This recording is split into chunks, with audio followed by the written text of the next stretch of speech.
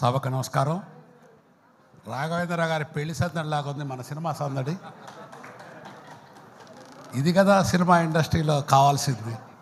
అందరూ ఒక చోట కూర్చొని సంతోషంగా ఒకళ్ళకొకళ్ళు పలకరించుకుంటూ మాట్లాడుతూ, ఇది రియల్గా సినిమా ఫంక్షన్ అంటే. తల్లి తన బిడ్డల్ని కని అంగవైకల్యం లేకుండా ఇస్తే ఈ జన్మకి ఇంకా అంతకు మించిన ఐశ్వర్యం మనకు అవసరం లేదు. మనం పుట్టిన తర్వాత లాస్ట్ వరకు మనం ఏం చేసాం, ఎంత మంచి చేసాం అనేది ప్రతి మనిషికి కావాల్సి అతను ఆలోచించుకోవాలి. ఈ రాజేష్ అనే అబ్బాయి, అనన్య కృష్ణన్ పాప హీరోయిన్ ఈ పిక్చర్లో, వీళ్ళిద్దరూ కూడా ఈ అబ్బాయి మా తోటలో పండిన పండు మా బ్యానర్లో యాక్ట్ చేశాడు నా డైరెక్షన్లో. ఈ పాప మా బ్యానర్లో ఇంట్రడ్యూస్ చేశారు చైల్డ్ ఆర్టిస్ట్గా. అనన్య కృష్ణన్ సత్యకృష్ణ గారు అమ్మాయి. వాళ్ళ మదర్ కూడా మా సినిమాలు చాలా చేశారు.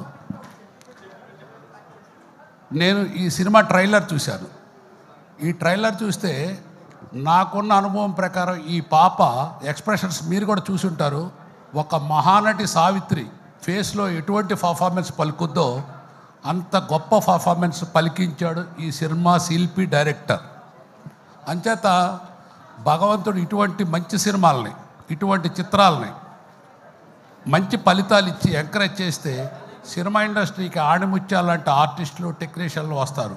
ఎప్పుడు కూడా పెద్ద సినిమాలు పుడతానికి కారణం మొలక చిన్న సినిమా.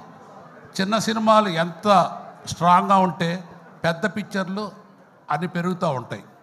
ఎప్పుడైనా సినిమా థియేటర్కి వెళ్ళి చూస్తేనే ఆ కళగా ఉంటుంది. దయచేసి ఓటీటీలో సినిమాలకి మా ఇండస్ట్రీ కూడా ఎంకరేజ్ చేయకూడదు. ప్రతి హీరో కూడా ఒక చివరిలో కాస్ట్ ఇస్తుంటాడు, బాగా పెద్ద హీరోలు ఈ సినిమా థియేటర్లోనే చూడండి అని. బట్ వాళ్ళ సినిమాలు అమ్మేది ఓటీటీలో. దానివలన చిన్న సినిమాలకు చాలా నష్టం కలుగుతుంది. దయచేసి ఇటువంటి మంచి చిత్రాలు, చిన్న సినిమాలు థియేటర్లో చూస్తేనే ఒక కళగా ఉంటుంది.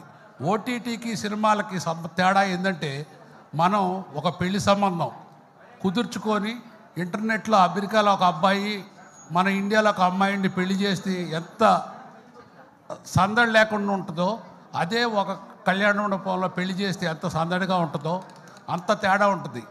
రియల్గా థియేటర్లోకి వెళ్ళి సినిమా చూస్తే ఆ కళ, ఆ సందడి. అంచేత దయచేసి ప్రతి ఒక్కళ్ళు కూడా థియేటర్కి వచ్చి కుటుంబ సమేతంగా చూసి సినిమాలను ఆశీర్వదించి, ముఖ్యంగా ఈ చిన్న చిన్న హీరోల్ని ఎంకరేజ్ చేస్తే సినిమా ఇండస్ట్రీకి బాగుంటుంది. Thank you.